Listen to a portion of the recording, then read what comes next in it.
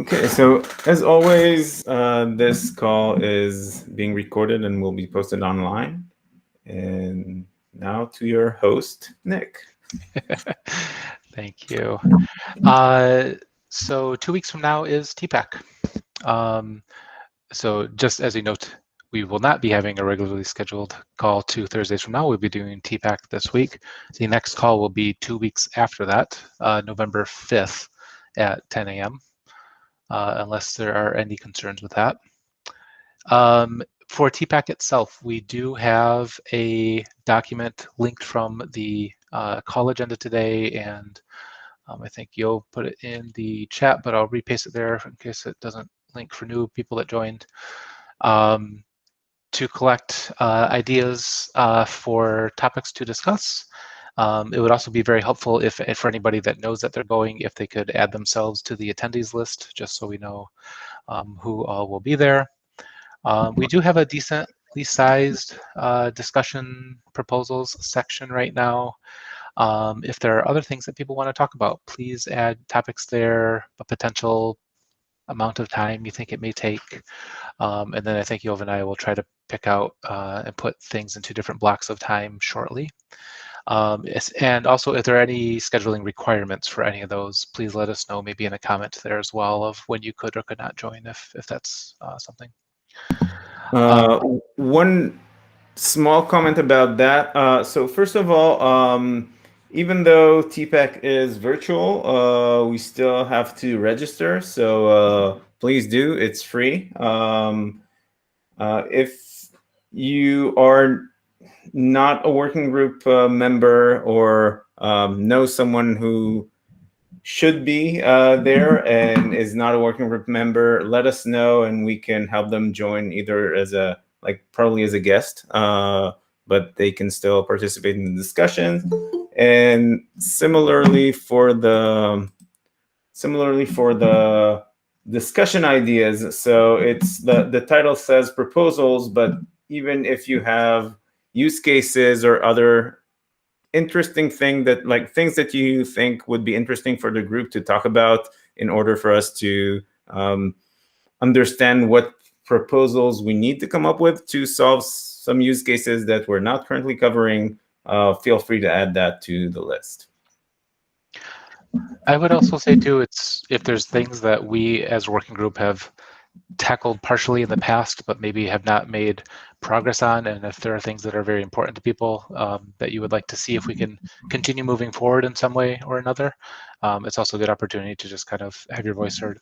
So for anybody that would like, please add your ideas to the list. Anything else we need to, and obviously, so in 2 weeks from now, this is our group's TPAC. With it being virtual this year, different groups are doing them different weeks. And then there are still some breakout sessions on the official week, correct, Yov? Yes. Yeah. But in 2 weeks from now will be when we will be trying to meet as a group collectively. Anything else for TPAC related? Okay. Today we have 3 potential topics to talk about, and certainly if there's anything else, I think the first one that we can jump into is a HR time issue. There's a pull request number 93. Yov, if you don't mind talking about it, I can pick up the scribing. Sure. So basically, the subject at hand is alleviating some of the restrictions or maybe the other way around. So right now, the spec says that the timestamp resolution should be at minimum 5 microseconds, but not less than that. In practice, many user agents have significantly coarsened the resolution as a result of Spectre and Meltdown. And we would like to enable like we would like the spec to enable different values of resolution for different scenarios in regard to that, because as a response to Spectre and Meltdown, we now have the concept of isolated contexts, where we have some contexts that cannot load any sub-resource that isn't amenable to be embedded in other contexts, and therefore we can presume doesn't contain any secrets, which theoretically, not theoretically, which enables us to enable various powerful features such as shared array buffers and JavaScript self-profiling, as well as memory measurement. And as part of that, we want to make sure that we have a split in the spec that says that it's okay for the timestamp to be of higher resolution. So going back to the original 5 microseconds in isolated contexts, while being coarser than that in the non-isolated contexts, which is most of the web today. And so this is what this PR is about. And essentially, the bit that I wanted to discuss is the value for the non-isolated contexts. Because right now, different browsers do different things. And I don't expect all browsers to align, but what I'm hoping to get here is to align on a minimum that all browsers can agree is, a minimum that is that we shouldn't go below when in non-isolated contexts. Does that make general sense to folks? So the current minimum suggested is 5 microseconds, and it's that when stated that was for any type of context. It wasn't thinking about isolated or not. So perhaps we need a separate rule for isolated context. But you're saying in practice it's already coarser than 5. So should we change the non-isolated guidelines, or should we leave it at 5? So what I'm suggesting is that we move the non-isolated guideline to be higher than 5. So right now in Chrome or Chromium, I'm not sure if other embedders, like what other embedders are doing, but in Chrome at least, it's limited to 5 microseconds in architectures that enable site isolation, and clamped to 100 microseconds in environments that don't enable site isolation. And in my view, reasonable values would be to keep it in 5 microseconds for isolated contexts, regardless of architecture, and then bump it to 100 microseconds in non-isolated contexts, regardless of architecture, where other browsers are also in liberty to keep higher values than that. But yeah, I'm hoping we can agree on that being a minimum.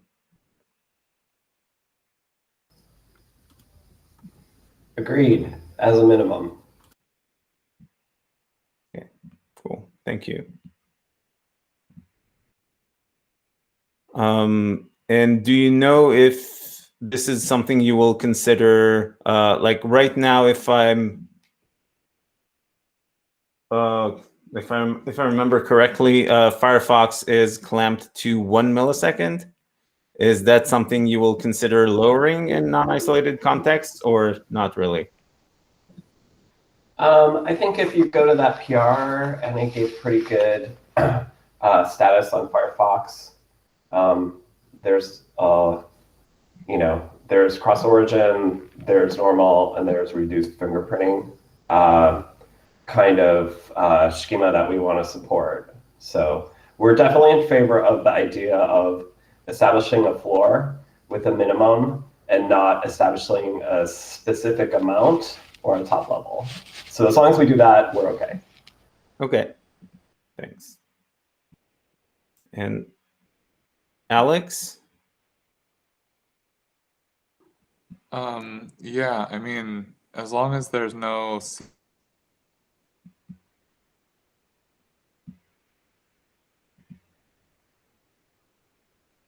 our long-term plans do involve site isolation.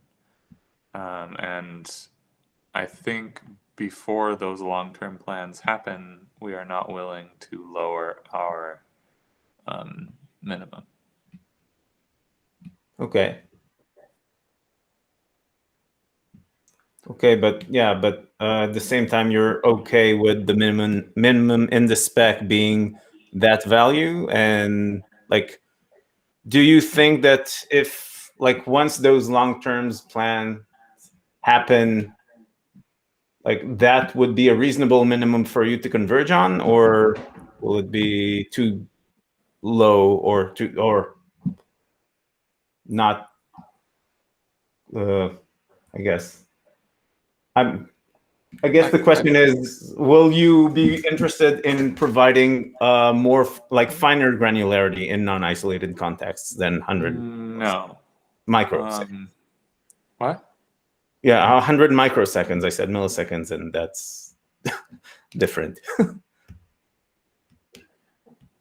Yeah, my initial implementation gave like nanosecond granularity, and that was a very bad mistake that we do not intend to redo. So I don't see any reason to change the minimum right now. Okay. I mean, giving more resolution than 5 microseconds gives you a lot of visibility into like what else is going on in the system, for example. So.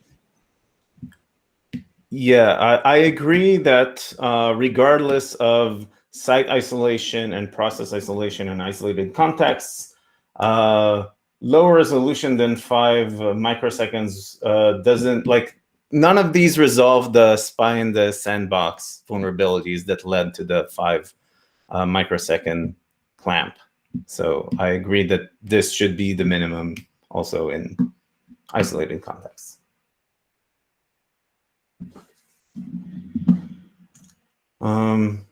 So just to be clear, what are your proposed values for spec mandated minimum clamping, both for isolated and non-isolated? So for isolated, I think we can keep the current 5 nanosecond, and for non-isolated, I would go with You mean microseconds? microseconds. Yes, yeah. And for non-isolated, 100 microseconds, which, in my view, provide enough granularity for most of the sub-millisecond use cases, while not providing,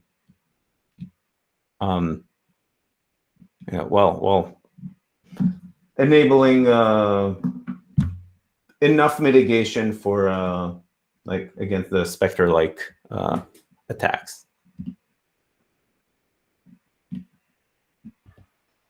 And then Yoav, perhaps as a separate question, the current wording uses should and recommends. So presumably you could, with a valid enough reason, still use an alternate value. Are you proposing changing to must be above 5 microseconds? The processing model is like, it doesn't include the word must, but yeah, it basically says that like provides those like the minimum values, and then implementations can add implementation defined values that are higher than that. So it's effectively a must, yeah. And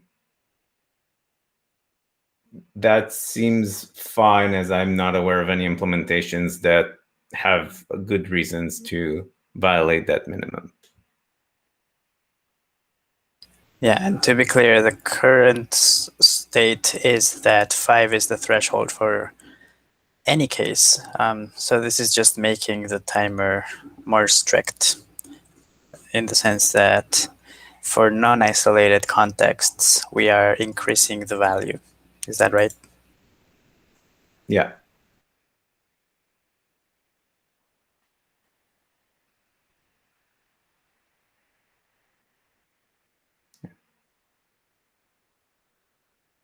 So does that make sense to everyone? Any strong objections, strong opinions?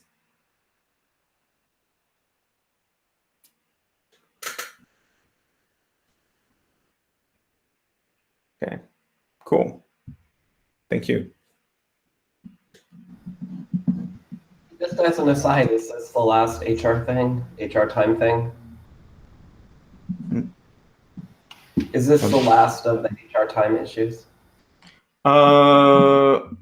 I believe so. Oh, there's another one for better integration with the DOM spec where they want access to the raw times for internal purposes. So there's still some work there, but essentially we have like for this issue and others, so that they will be linkable. And because L2 is already in rec, we kicked off this as an editor draft for L3, and we're hoping to turn that into a living standard with the new process and new charter.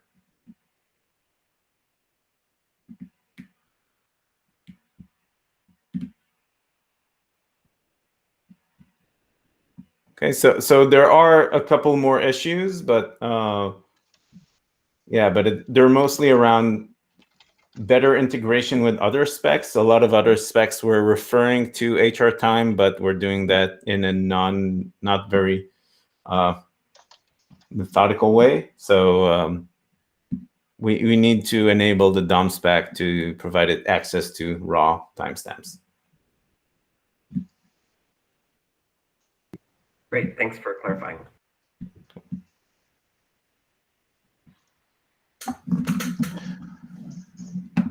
All right, thank you, everyone. If there's nothing else for HR time, we can move on to the next issue.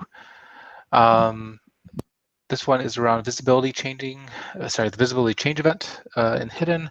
And I know, Michael, you had looked at a little bit of this during the hackathon a couple days ago. Did you want to do follow up here? Was there stuff that you want to talk about today? I could quickly. So Philip Walton originally filed this issue to say that there are inconsistencies between browsers and platforms. And so first thing that spurred activity here again is that for Safari, somebody submitted a patch to actually fire visibility change events on navigations on Safari, which is great because they were the biggest outlier. And I double checked the current status under Chrome and Mozilla, and sort of Philip's original table for about a year ago could do with updating, because I think a lot of browsers are doing the right thing. So for Chrome on desktop, closing a tab, closing the browser wouldn't fire visibility change. That now does fire correctly. And then Chrome mobile, when you kill Android or kill Chrome through the app switcher, it previously wasn't firing. And I think I have a strong suspicion that visibility change is being fired, except that the way we're testing for it isn't working. Like perhaps local storage isn't applying or something like that. So I have more testing to be done there. But I think across Firefox and Chrome on all platforms, it's fairly consistent and does what we want. And then Safari is better than it was. So this is all good news. The remaining the remaining difference on Safari is that when you launch the tab switcher within the browser or the app switcher within the platform, it will not fire visibility change event. And it could be that this is just a simple fix that they will appreciate, but I think Ryosuke pointed out that at least on Safari, video will continue playing even though the page is not interactive and it's kind of in this hybrid state. The other browsers will take a screenshot and pause the page contents. So I tested that, and at least on my device, Android continues to play the video as well. Okay, I thought I tested it. It must depend on the type of video or what the page does, because I also did some amount of testing here and it paused. Certainly for like animations, maybe video specifically has some sort of, like HTML5 video might have some specific hole punching technique.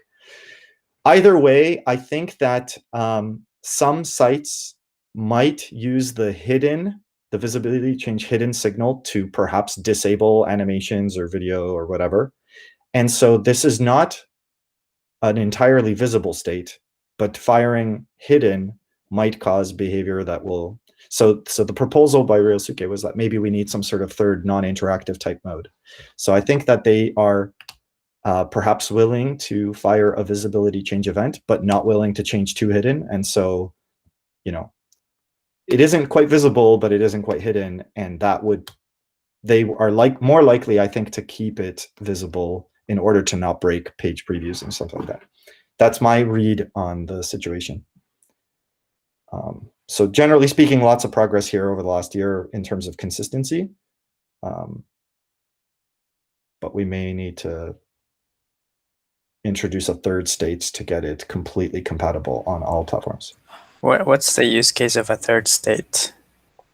It would be non-interactive, such that it would be a clue that it's no longer visible, such that you can do things like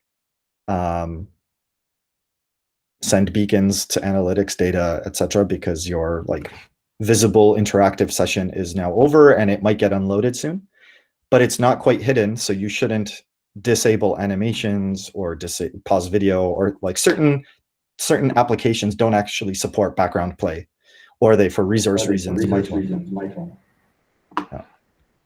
So this intermediate state handles between those. And how are we describing this in HTML again? Yeah, I'm not. This is just the state of the bug and what the proposal was. I don't actually. It's not very well spec'd, or I don't even know if this is the right direction. But if we want visibility change to be the hint that always fires whenever the tab contents is removed from foreground, I think we might have to investigate it. The other thing is, if we just fired it when you close the tab from the app switcher after you, like, is there a problem with that, doing that instead? From the tab switcher, it wouldn't be a problem because the browser itself still has, it's still in the foreground, and so it could still give time to the tab contents. And this is how desktop browsers do it. I think the problem is that when you launch the app switcher in the platform and then swipe away, it's unclear whether you'll have time during the unload. So today on Android in both Firefox and Chrome, and I haven't tested Chrome on iOS or Safari on iOS, but when you launch the app switcher, it immediately fires visibility change to hidden, because you might swipe away and kill the application, and then you might not have time to fire that event at that point. So you're sort of, does that make sense? Video, yeah, but video is still playing from the app switcher. Exactly. So right now we're assuming it's hidden, but it's not really hidden. And in certain platforms with certain features, it's also like actually that visibility being not quite hidden is a feature.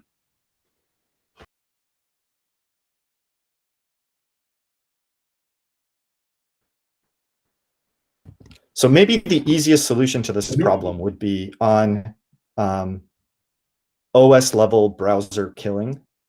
We should still fire visibility hidden at that point if we can. And so I think folks have done some investigation on iOS as to whether that's possible or intended. And so we could delay the visibility change signal but that seems to be more likely to miss opportunities to send beacons.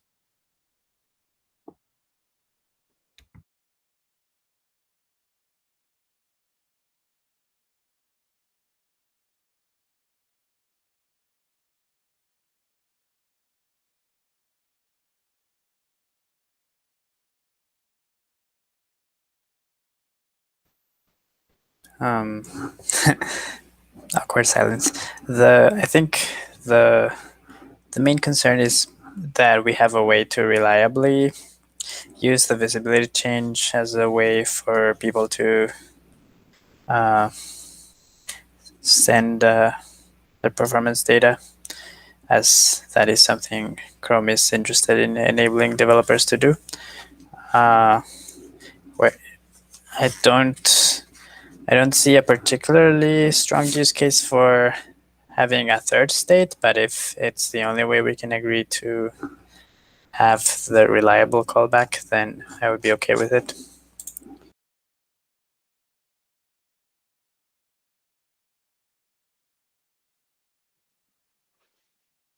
There's probably also cases where developers are not checking for hidden, but they're checking for not visible. And it sounds like, Michael, that's the recommendation you're making, that if we introduce a third state, the recommendation would be when the visibility state is not visible, then send your beacons rather than checking explicitly to see if it's hidden. Exactly. And I believe the objection from WebKit, sorry folks, is that they have no state to change to and they don't want to change to hidden. Right. So I don't disagree with that in principle, but I think it's important to bring up a concern that I believe, this is a guess based on intuition, that if you look at most of the code on the web, it's not saying visibility state is not equal to visible. It's saying visibility state equals hidden. That's the condition. And so all of those pages would still not get the behavior that Safari wants if they're doing things like stopping video or stopping animations. Yeah, it seems like we will have a compatibility issue here regardless of if we go with the third state, then those that are checking for not hidden or not visible, for example, to stop video, will still stop video, still cause breakage that undesired breakage by the tab switcher, and the other way around, the folks that are looking for hidden in order to send the beacon will no longer beacon their data when when tab switcher is in effect. So I think if in any of the existing browsers that are currently changing to hidden, if we change to this non-interactive state, then all of a sudden there will be fewer beacons sent which use this particular not hidden. Yeah. But the other browsers could just not use this non-interactive state for a long while. Like, I don't know that we need it. And then Safari, in cases where it was always visible because the event wasn't fired at all, now they would at least fire an event with a new state, which, sometimes maybe the condition is not checked correctly and therefore a beacon is still not sent, but at least you have the option to. And for those that are currently written to say not visible, which probably is I know there hasn't been a tri-state, but the whole point of this type thing is that a long time ago there was a tri-state, right? That was, I think, attempted to be introduced and then reverted back. So yeah, we could look at the data, and I still don't know if this is the right solution, but I think this is now we all get the summary, I guess. But it seems worse to me to have one browser behave completely differently because they don't want to use the same name as the other browsers. I would prefer if we can do some investigation to see if it's possible to send hidden when the app is killed from the app switcher, which is the issue that if I understand correctly, we're encountering here.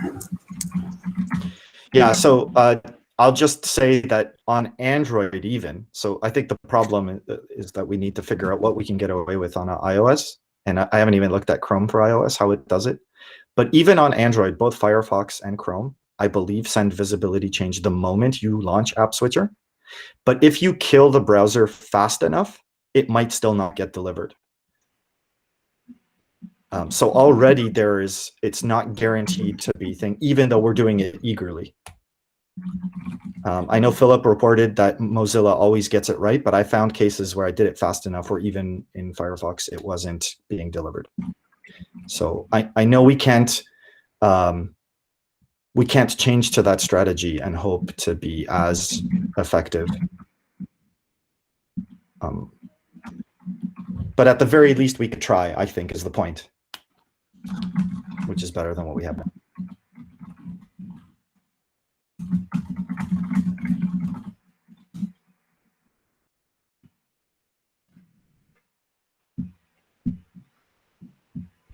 And I don't remember the state on Safari, but there's also like unload events, and some of those are being dispatched correctly on Safari in some of these cases. And so like wherever they are being dispatched, we should first fire visibility change to hidden. I don't know, Philip, if you remember the current status there.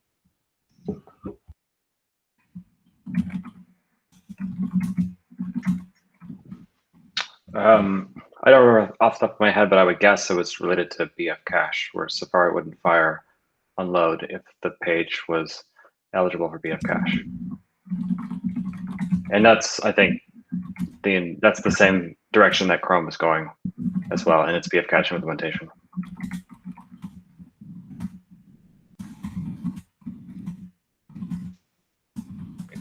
Hey, can we just outline the acceptable solution space for iOS here with some input from Apple?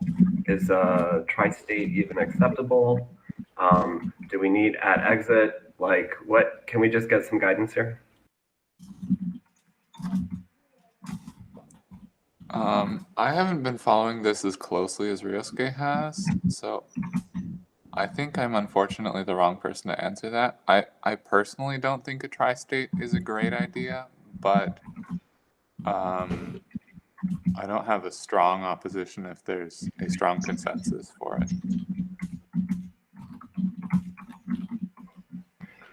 And then really quickly, Michael, can we get a quick overview of the last failed attempt to use a tri-state interface?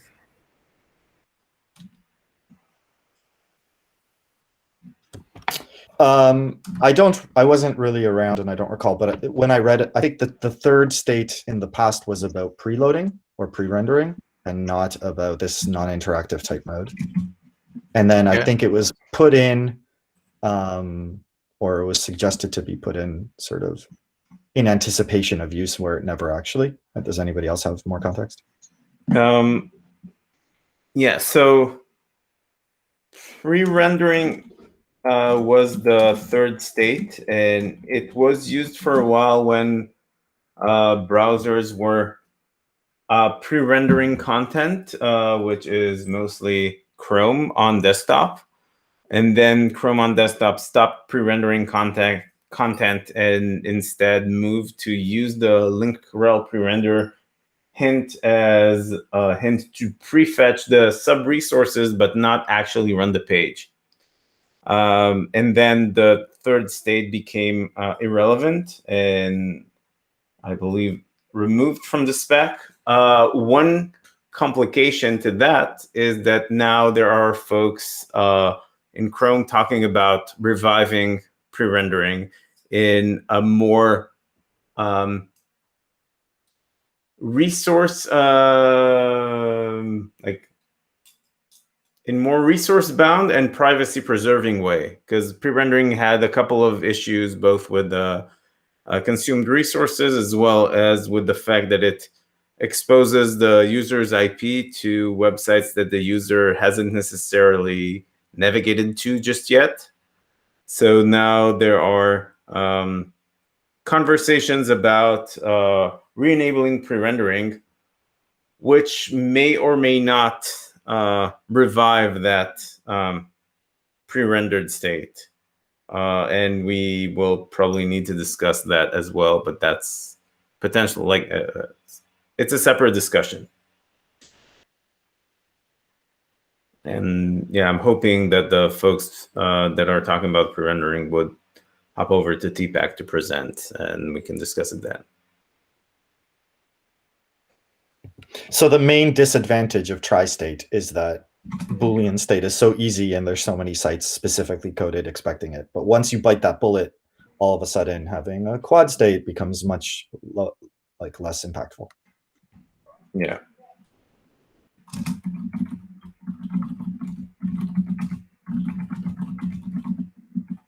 Yeah, assuming that sites actually take all those states into account, and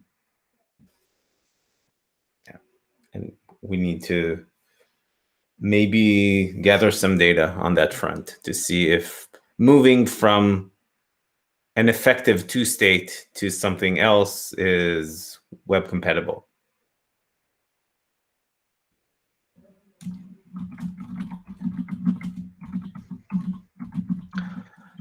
Is that easy-ish to do a crawl of the HTTP archive or something to look at usage of equality or inequality, or however how people are using the actual API today?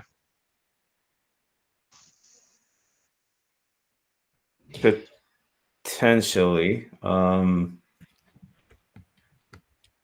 mean, it's not easy to know from context what you're expecting. I guess what you'd actually want to do is look for how many not equals comparisons versus equals comparisons there are, right? Yeah.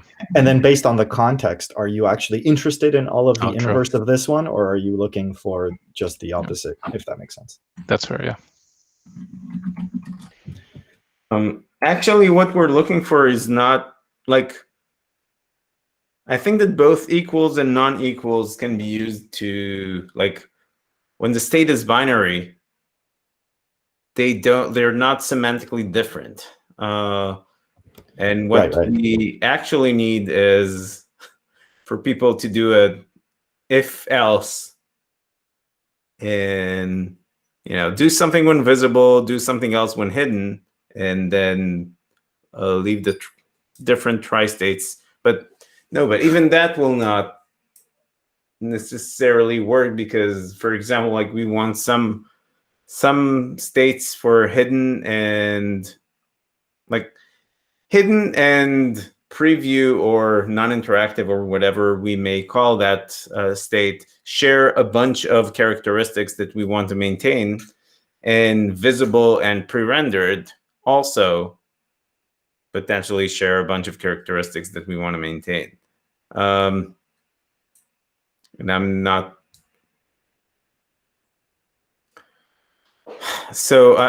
sure, other than manually inspecting a collection of site that, add a use counter for anyone that's touching those visibility events, and then inspect a random 100 sites manually and see how they would break.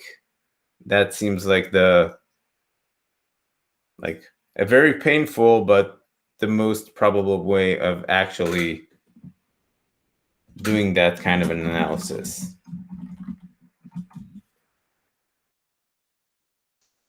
Yeah. That's not great.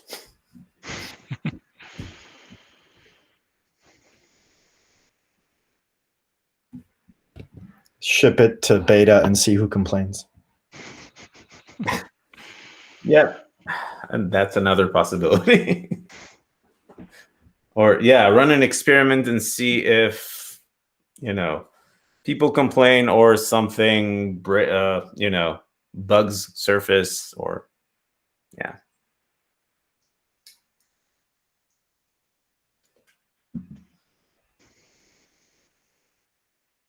So I guess with all this, I've had a hard time keeping track of what are the best next steps. I mean, do we need to get more data on usage? Do we need to get more insight from Ryusuke when he's able to chat with us? I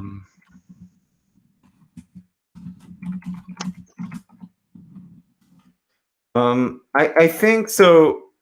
At least in my testing, I saw videos continue on Android, so I don't think it's an iOS thing. I think that on the one hand, it would be interesting to see like if some videos are currently stopping when going into the app switcher or tab switcher while others are continuing. Maybe we already have this compatibility problem with hidden. Maybe we're already hitting that in the wild without knowing. So I think to that rephrase there.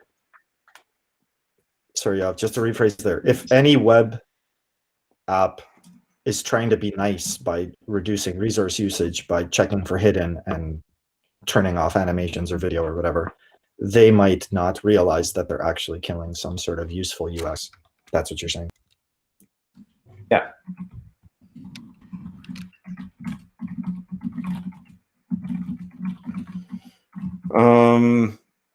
Yeah, so I think we need to investigate that part more and collect data on usage, see if this is already breakage happening in the wild. And if so, and we haven't noticed it so far, maybe it's reasonable breakage and we can, try to communicate to developers of a better path. But I think we need to do more research here.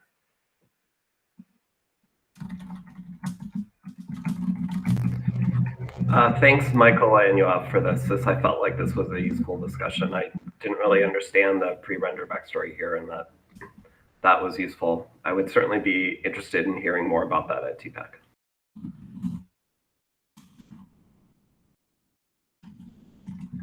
Thanks.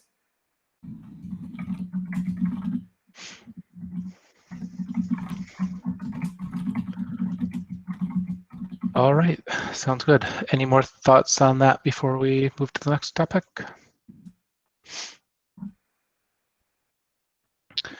Okay, the last one was something that I found recently when looking into cumulative layout shift and layout instability. So this is layout instability issue number 80. And it's basically around measuring layout instability and cumulative layout shift from iframes. So if you are interested in measuring cumulative layout shift, you certainly could have content within iframes on the page that you care about, and that content could be shifting, and would affect the visual user experience. The spec today, the layout instability spec today, proposes that iframes should contribute to their parents' layout cumulative layout shift score, as far as the proportion of the size of that iframe within the viewport, which seems logical. In practice, one of the concerns I have is actually how to measure this consistently through RUM, through JavaScript. So today, as far as I could tell, both synthetic tools and RUM do not account for iframes at all in their layout shift scores.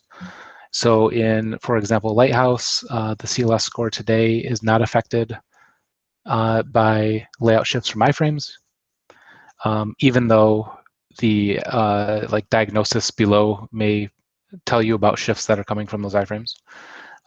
It seems like this is probably an oversight and something that Lighthouse may wish to address, to actually incorporate iframe shifts into the cumulative layout shift score.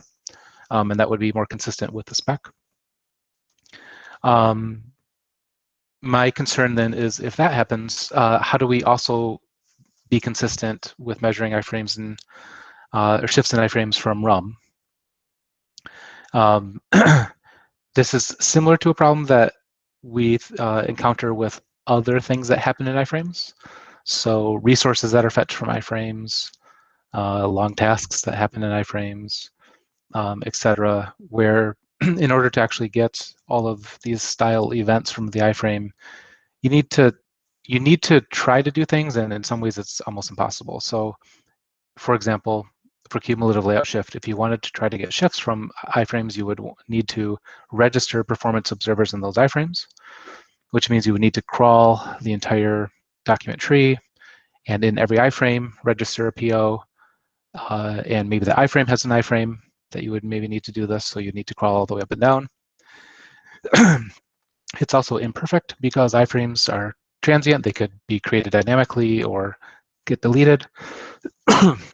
And so you wouldn't always necessarily be able to get the full picture of every iframe that contributed to it.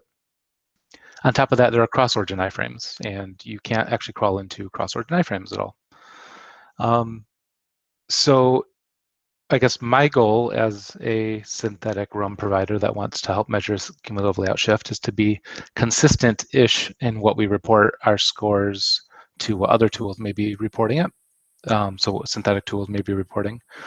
And my fear is that if we can't easily measure layout shifts from iframes, we could, the scores and what we're measuring could diverge a bit. We have a couple kind of related proposals for other things in the past that may help here. So there's a concept of a bubbles flag for performance observer, which you could potentially register on the top level iframe and get notifications for whatever you register for all child and grandchild, etc. iframes on your page with just one PO registered. Obviously, there's probably some security concerns around that. It works the best for just same origin iframes. You'd have to figure out something for cross-origin iframes. And then there's a second proposal for potentially opting in for a cross-origin iframe to be sharing some of these details with its parent iframes if it wishes to. And that my proposal for that back in the day was actually for resource timing, where cross-origin iframes would be able to opt in the resource timing data up to parents if they wanted to opt in, so the parent could get details about all the things happening there. And I think that would work here for layout shifts, where theoretically a cross-origin iframe that opts in and bubbles up its data to the parent easily, so that they can get a better picture of what's going on. Anyway, I guess that's kind of just the problem statement and some potential solutions. Neither of those two solutions, the bubbles and opting in of cross-origin iframes, we've talked about them in the past. I think we talked about one of them last TPAC and possibly the other one TPAC before. I don't think they've been super controversial. I think there's just been not as much clear use cases besides potentially bubbling resource timing data. I think with layout shifts maybe is another use case that would be even a little clearer about why we may want it. So I just kind of wanted to see if there are any other thoughts on what we might be able to do here, and or if it'd be worthwhile to continue the discussion on those two other proposals to help make this potentially better. I have some clarification question, I guess. So you mentioned that the CLS score, whatever it's called, is based on the portion of the iframe in its parent frame, right? Mm-hmm. How is the portion calculated? By area? By I'm not an expert in the layout shift stuff, so maybe right. Nicholas would want to correct me, but it's there's like a subweight weighting factor is the definition, and I think it's basically pixel weight of the iframe versus pixel weight of the viewport. Because the problem is that the iframe might be partially hidden, and the layout shift by itself might change the weight of the iframe while it's doing the layout. So would that affect the weight, or you see what I mean? Because it's possible that the iframe would be mostly hidden, I guess, and show maybe just a few pixels on the right. And would that mean it contributes lower weight? And if the layout shift exposes more of the iframe, it contributes a bigger weight. And well, in this case, it seems like yeah, hard to define that, right? In this case, the layout shift itself would be happening within the iframe, and I don't think it would be affecting where the iframe is in the parent's context. So I'm saying like any shift within the iframe itself probably wouldn't be affecting its overall position within the parent document. but it would affect what the user perceives, right? The user perceives a layout shift only if you can see the layout shift, right? And if it's not visible or partially visible, then it should not contribute to a layout shift at all. So essentially what I'm saying is that the iframe weight should be what the portion of the iframe that is visible to the user, not necessarily based on the iframe size, right? So That and the seems thing, logical to me. I'm not entirely but sure if the problem with definition. that is that the layout shift changes make the visibility of other iframes, or the iframe that might be start hidden, which means it has a weight of 0, I guess. And while it's doing the layout shifts, it might be maybe fully visible or partially visible. And would that change Yeah, it? I think the subframe weighting factor is computed on every frame, so it On every can change frame? over time. I think so. And it's based on the visible part of the frame? That's right. I see. Okay, that was the missing part for me. And that's how it's defined in the spec, by the way, or it's just how it's implemented? The Like, spec is has that a description about the subframe weighting factor, and it says is a fraction of the top-level viewport that is occupied by the viewport of the child browsing context. I haven't read through the processing model to make sure that's like a per frame thing, but so the CLS is defined in a non-normative section because technically oh yeah, it's not explicitly exposed. I would have to experiment to see. I think you would need the portion of the iframe that intersects with the viewport to compute the CLS. Is that right? yeah.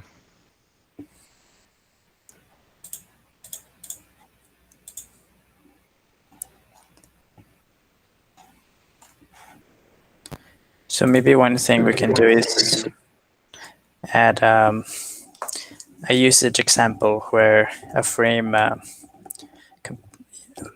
computes its score, accounting for scores of the iframes. Obviously, the iframes just send their scores or something like that. Because as you mentioned, there's no canonical way to get to the scores from your iframes at the moment, and that's the issue you're mentioning. Yep.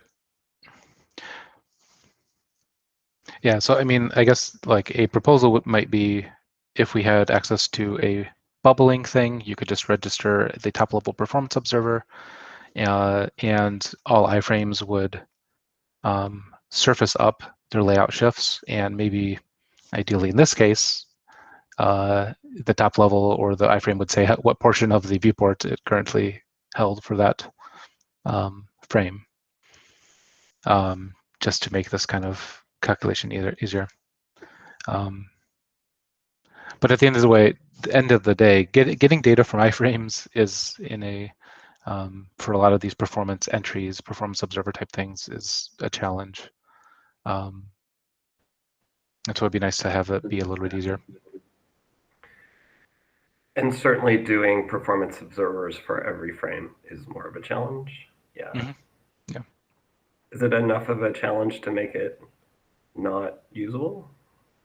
We do not use performance observer, for example, for resource timing today in Boomerang because of this, because of the transient nature of iframes, where you don't get notified of new iframes that get created. Iframes could have been created before your analytics was on the page. And so, you can't easily get a complete picture of all iframes, even after you're on the page.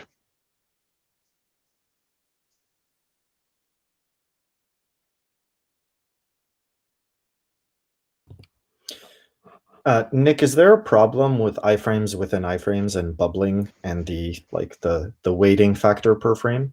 So I wonder, like, if it's a child within a child, is it a factor of its parent or of the ancestor? Right. And ultimately, perhaps you could slice up the viewport into the frame that occupied the pixels and then just give each a global weighting. I'm not sure though. Something like that, yeah.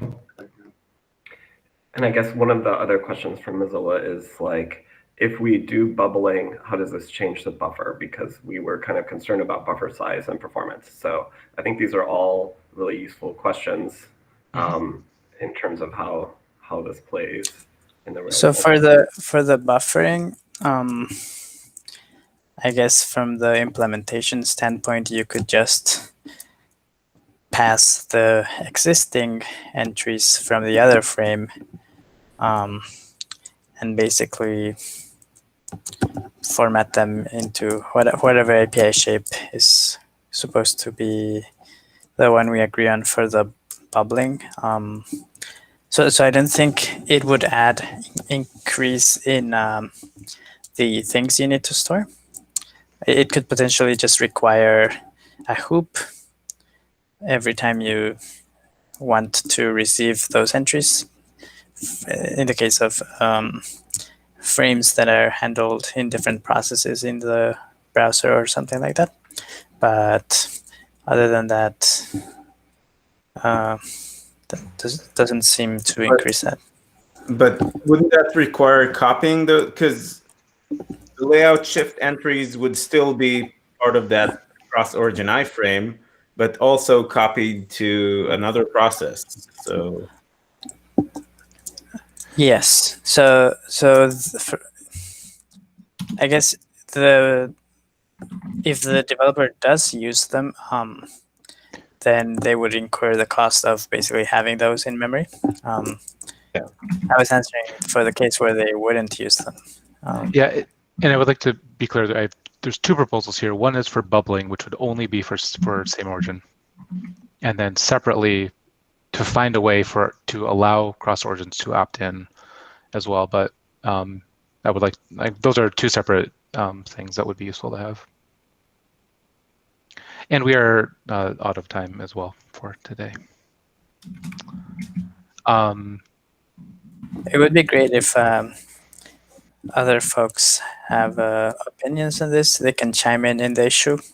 Mm-hmm. If you have either use cases or user agents have other concerns or ideas on how this could be useful or ideas on how it could be implemented in a reasonable way. That would be great. It's layout stability issue number 80. Okay. Thanks for the discussion today, everybody. Appreciate it. 2 weeks from now is TPAC. Looking forward to spending time with you all there.